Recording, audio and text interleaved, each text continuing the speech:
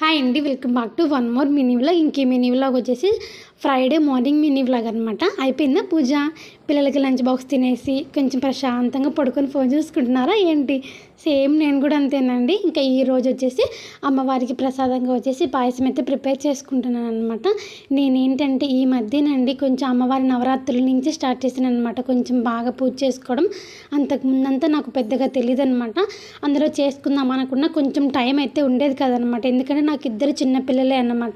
అందుకోసం అనేసి పెద్దగా టైం ఉండదు. ఇప్పుడు ఏంటంటే పాపని స్కూల్లో వేసాను అనమాట. తన స్కూల్కి వెళ్తుంది. ఇంకా మా వారు, నేను, ఇంకా మా బుడ్డాయన ముగ్గురం కలిసి ప్రశాంతంగా పూజ అయితే చేసుకుంటామన్నమాట.